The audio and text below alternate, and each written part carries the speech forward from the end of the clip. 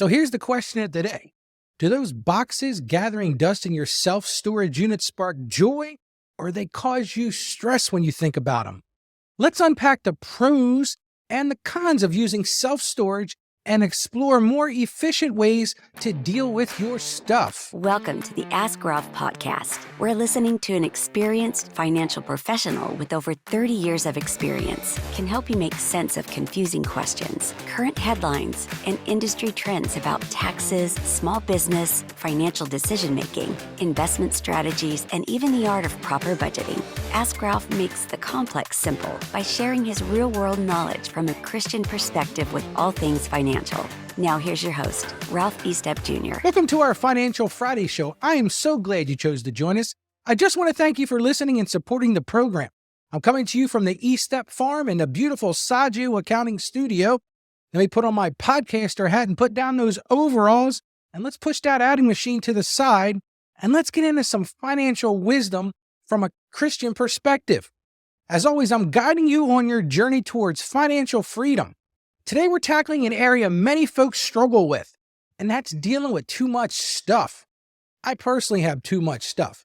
Specifically, we're analyzing whether self-storage units are really our friend or just another money pit. Don't forget to subscribe to the show and join our email list. You do that at askralphpodcast.com. You don't want to miss tomorrow's show. Tomorrow, I'm going to be talking about umbrella insurance. What is it, and do I really need it? Well, let's start with today's relevant Bible verse. It comes to us from the book of Proverbs, chapter 21, verse 20, and it says this: "The wise store up choice food and olive oil, but fools gulp theirs down." As we discuss self-storage today, let's think about how we can apply wisdom in storing our possessions. While self-storage can provide a convenient place to stash our extra belongings, the truth is, folks, those monthly rental fees sure do add up. Not to mention the hassle of carting those things to a storage locker and back. But before we dismiss self-storage completely, let's explore when it could come in handy. I really believe there are some times when it makes sense. For example, if you're in between moves. My wife and I had this situation a few years back. Maybe you're renovating your home or holding items for estate purposes. Short-term self-storage can be useful. If you're downsizing to a smaller home, self-storage lets you keep sentimental items you're not ready to purge. However, and this is the honest-to-God truth, too often, I see folks using self-storage as a dumping ground, year after year, for things they likely will never use. Or they're avoiding the difficult decision about their possessions. I guess they figure it's out of sight, out of mind, right? So before signing a self-storage contract, you need to prayerfully consider why you need the extra space and how long you realistically need it. This is the time to apply some godly wisdom. If self-storage still makes sense in your situation, I want to give you 5 tips to help you save money. And this is tip number 1.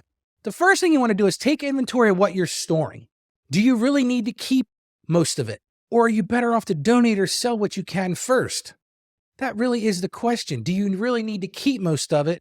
Or are you better off to donate or sell it before you even move it to the storage locker? Let's look at number 2. And that's compare self-storage unit sizes and rates in your area. You also can look for some move-in specials. Do some homework, folks. Look and see if there's a smaller unit that would meet your needs. Maybe that means you're going to have to pack it more tightly, but if you're really using it for short-term storage and you're not going to get to it, then packing that unit tight and using a smaller unit really might make the most sense. Number 3, avoid climate control units if you don't need them.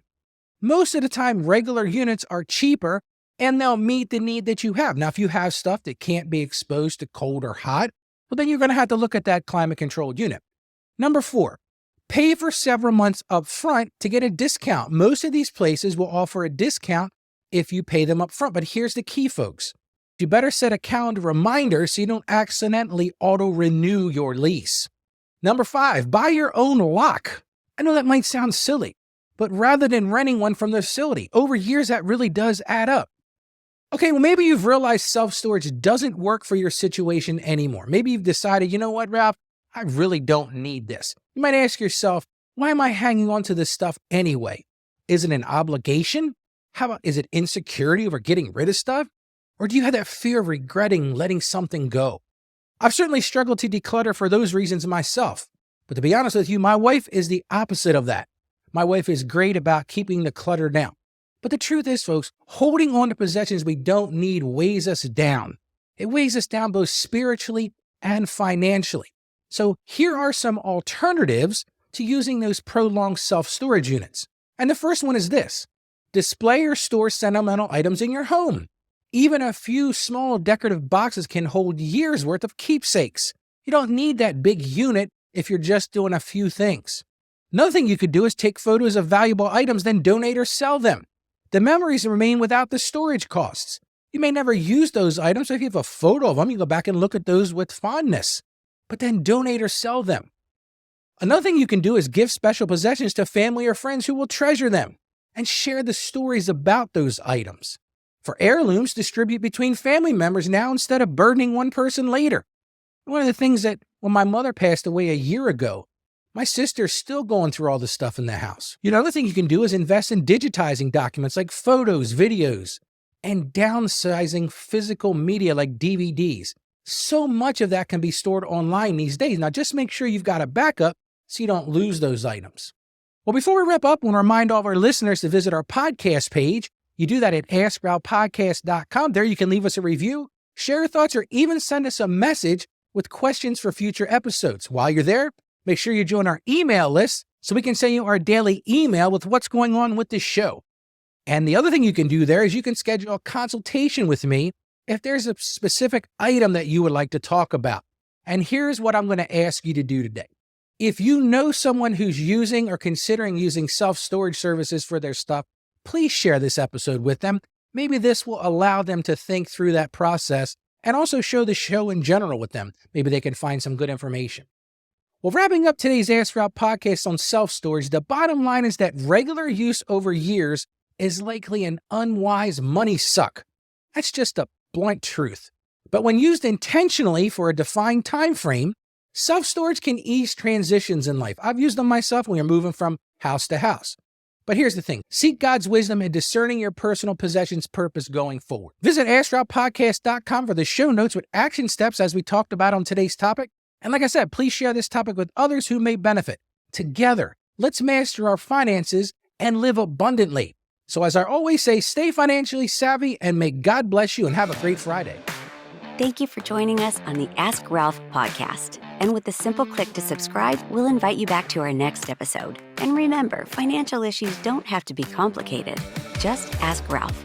The information contained in this episode of Ask Ralph is based on data available as of the date of its release. Saggio Accounting Plus and Ask Ralph Media, Inc. is under no obligation to update this content if changes occur. Applying this information to your specific situation requires careful consideration of all facts and circumstances, and any information provided is not to be considered as financial, tax, or legal advice. Please consult your tax advisor or attorney before acting on any material covered.